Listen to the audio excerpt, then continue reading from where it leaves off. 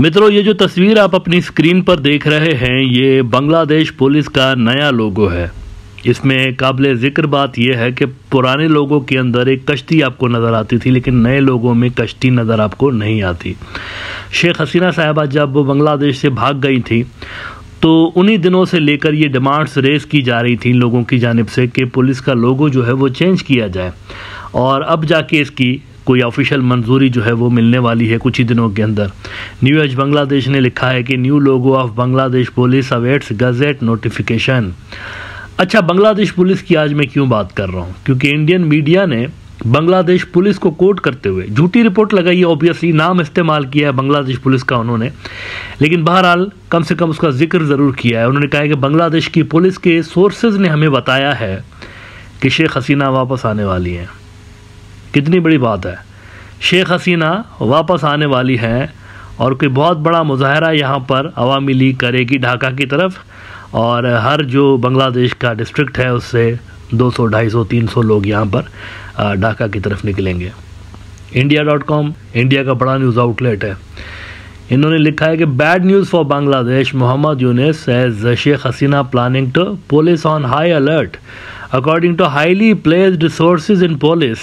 In the next 1 week, 200 to 250 Awami League supporters from every state of Bangladesh can move towards the capital Dhaka, and keeping this in mind, the police administration has increased vigilance. अच्छा जी, उसके बाद ये मज़ीद कहते हैं कि in a major political development, former Bangladesh Prime Minister Sheikh Hasina is expected to return to her country soon. In this regard, Bangladesh police has been asked to remain alert. देखिए, अब जिसने भी ये आर्टिकल लिखा है उनको मैं ये बता दूं कि थोड़ा लिखने से पहले ना थोड़ी सी रिसर्च कर लिया करें। बांग्लादेश के अंदर कोई स्टेट नहीं होती इंडिया की तरह, ये स्टेट वाला चक्कर आपकी तरफ होता है, इंडिया की तरफ। बांग्लादेश में नहीं होता, यहाँ डिवीज़न होते हैं बांग्लादेश में, और कुल मिला के मेरे ख्याल से कोई 8 डिवीज़न है।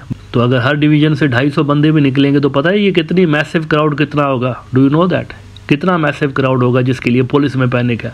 2000 बनते हैं ये, 250 multiplied by 8 is equal to 2000, इतना सा क्राउड है। अब इतना तो खैर अगर आप फ्री का लंगर बांटेंगे ना इंडिया के अंदर तो इससे ज़्यादा भीड़ जमा हो जाती है।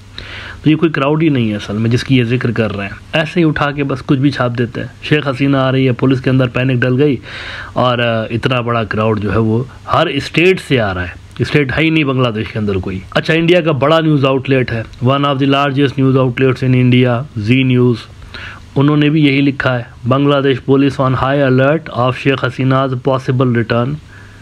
Bangladesh police have strengthened security and issued directives to monitor Awami League supporters and prevent mass movement towards Dhaka amid fear of unrest and disruption ahead of Sheikh Hasina's possible return. अच्छा, ये भाई साहब भी यही लिख रहे हैं कि इतना बड़ा क्राउड होगा कि पुलिस को कहा गया अलर्ट पे रहिए। In a significant move to prevent any mass movement towards Dhaka, as per the Zee News reports, local police units have been told to ensure that no individuals or groups proceed to the capital during this sensitive period. Supporters of Hasina are to be restrained within their local areas to prevent potential unrest. अब देखें, ये तो बांग्लादेश का बच्चा बच्चा जानता है Awami league की स्ट्रेंथ रही नहीं है, Awami League is down and out. लेकिन फिर भी बांग्लादेश के पॉलिसी मेकर्स को मेरी सलाह होगी कि वो नेपाल को स्टडी करें। नेपाल के अंदर पेड मुजाहरे हो रहे हैं, वहाँ पर पेड मुजाहरे करवाए जा रहे हैं। प्रो मोनार्की, यानी वो जो किंग था पुराना, जो कि इंडिया का नौकर था शेख हसीना की तरह, उस नौकर को दोबारा पावर में लाने के लिए मुजाहरे करवाए जा रहे हैं, और वो पेड मुजाहरे हैं। उसके अंदर अक्सर जो लोग हैं उनको पैसे देकर तो भीड़ जमा करवाई जा रही है। तो उसको स्टडी करिए, वो मॉडल यहाँ पर अप्लाई किया जा सकता है। पैसे भर के तो यहाँ पर कुछ भीड़ जमा करने की कोशिश की जा सकती है दुनिया में, ये इम्प्रेशन क्रिएट करने के लिए कि कितनी ज़्यादा पॉपुलर है शेख हसीना और मोहम्मद यूनिस कितना अनपॉपुलर हो गया।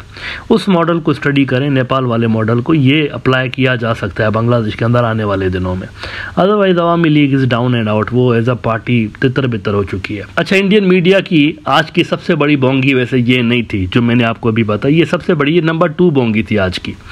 डिफरेंट बोंगियों पे रोज़ाना बातें करते रहते हैं ना, जो इंडियन मीडिया के अंदर बोंगियाँ छपती हैं बांग्लादेश के हवाले से, उस पर बात करते हैं। नंबर 1 बोंगी कौन सी है? है। नंबर 1 बोंगी जनाब बहुत ही आला लेवल की है और ये नॉर्थ ईस्ट न्यूज़ ने नंबर 1 बोंगी मारी है। देखें, पहले इन्होंने क्या किया इंडियन मीडिया ने कि बांग्लादेश की मिलिट्री के ऑफिसर्स को टारगेट करना इन्होंने शुरू किया था, नाम ले लेकर उनके खिलाफ प्रोपेगेंडा किया जा रहा था। आपको इल्म होगा, याद होगा आपको, इस प्रोग्राम के अंदर मैंने इस पर काफ़ी एपिसोड्स किए थे। पहले उनको टारगेट किया जा रहा था, उनको प्रेशराइज करने की कोशिश की जा रही थी ताकि वो इंडिया की लाइन एडॉप्ट करें, लेकिन उन लोगों ने प्रेशर में आने से इनकार कर दिया। अब जो बंदा सबसे ज़्यादा टारगेट किया जा रहा है मोहम्मद यूनुस की सरकार में इंडियन मीडिया के अंदर, वो है खलीलुर रहमान साहब। बड़े ही नाइस बंदे हैं और बड़े ही कॉम्पिटेंट बंदे हैं। अगर आप इनका प्रोफेशनल कैरियर देखें, शानदार किस्म का रहा है।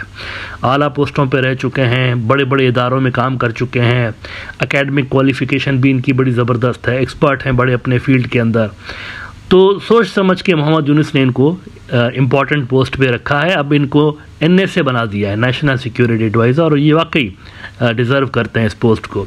लेकिन इनके अंदर भी वही एक मोहम्मद यूनुस वाला कैरेक्टरिस्टिक आपको नज़र आती है कि ये किसी दबाव में नहीं आते हैं। इनके ख़िलाफ़ आप कुछ भी बोलते रहें, ये कुछ दबाव में आने वाला बंदा नहीं है खलीलुर रहमान। इनके खिलाफ प्रोपेगेंडा स्टार्ट कर दिया गया है बड़ा ज़ोर शोर के साथ इंडियन मीडिया के अंदर, और प्रोपेगेंडा भी अजीब तरह का स्टार्ट किया हुआ इंडियन मीडिया ने। मुझे यकीन करें बड़ा दुख हुआ। चलें ठीक है, मुल्कों के दरमियान आपसी जो मामलात होते हैं ना, वो अगर वहाँ तक ही रखे जाएं तो बेहतर है। पर्सनल अटैक्स नहीं करने चाहिए, किसी को पर्सनल अटैक किसी की जो लाइफ है ना उसके ऊपर नहीं करना चाहिए। ये एथिक्स के ख़िलाफ़ है, मेरे ख्याल से प्रोफेशनल एथिक्स के भी ख़िलाफ़ है। इंडियन मीडिया को इस तरह इतना नहीं करना चाहिए। ये बहुत ही कुछ लो लेवल की चीज़ है मेरे ख्याल से जिसमें वो पड़ गए हैं। नॉर्थ ईस्ट न्यूज़ ने एक अजब सी स्टोरी लगाई है। ये कह रहे हैं हमने खलीलुर रहमान की लाइफ पे थोड़ा सा रिसर्च किया है और हमें कुछ पता चला है। अच्छा जी, क्या पता चला है भाई? कहते हैं बांग्लादेश NSA स्कैंडल पता है कितने साल पुराना है? वो 24 साल पहले का स्कैंडल जिसकी ये बात कर रहे हैं। ऐसे ही सच्चा झूठा, ऐसे ही, कोई क्रेडिबिलिटी भी नहीं है, ऐसे ही बस कोई इसकी कोई ऑथेंटिक वेरिफिकेशन भी नहीं है, ऐसे उन्होंने छाप दिया सिर्फ और सिर्फ इनको प्रेशराइज करने के लिए। Khalilur Rahman was mixed up with a woman murdered by her husband in Dhaka in 2001।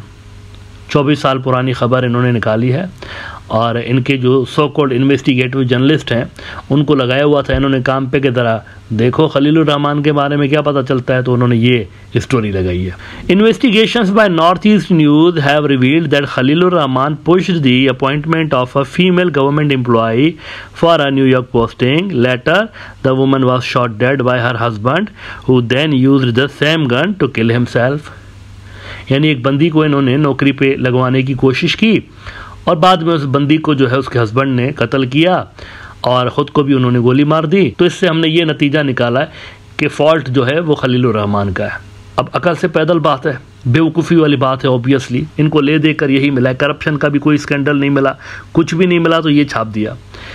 Bangladesh newly appointed National Security Advisor Khalilur Rahman fled Bangladesh some 24 years ago when his name was linked to the murder of a female government employee with whom he had questionable relations. ऐसे ही फजूल में लिखा है इन्होंने उनके character को गंदा करने के लिए। असल में A close relative of the woman's deceased husband has revealed, किसी ने हमें बताया और उनके कहने पे, ये नॉर्थ ईस्ट न्यूज़ वाले कह रहे हैं, उनके कहने पे हम ये स्टोरी छाप रहे हैं।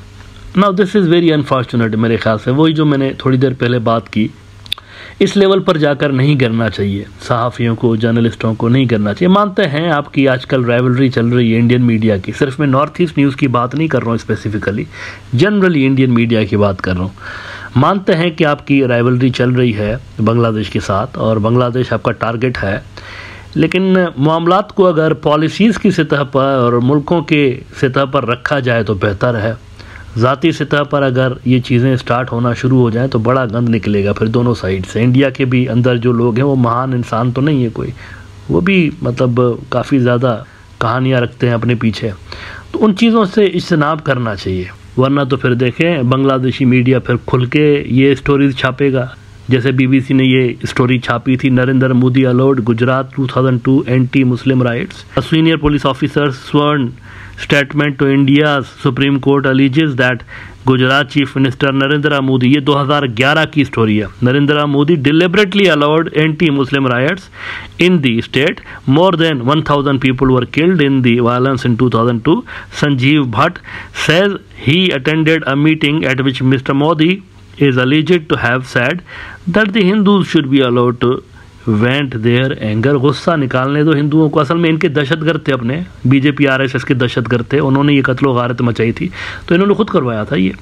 It's an open secret. तो ये चीज़ें भी छपना शुरू हो जाएंगी। फिर अगर आप ये छापेंगे तो बांग्लादेश की मीडिया को भी, NS है खलीलुर रहमान, कोई छोटी पोस्ट नहीं है, उसके पास भी काफ़ी ज़्यादा पावर है, तो बांग्लादेश की मीडिया में भी ये चीज़ें छपना शुरू हो जाएंगी इंडियन ऑफिशल्स के लिए।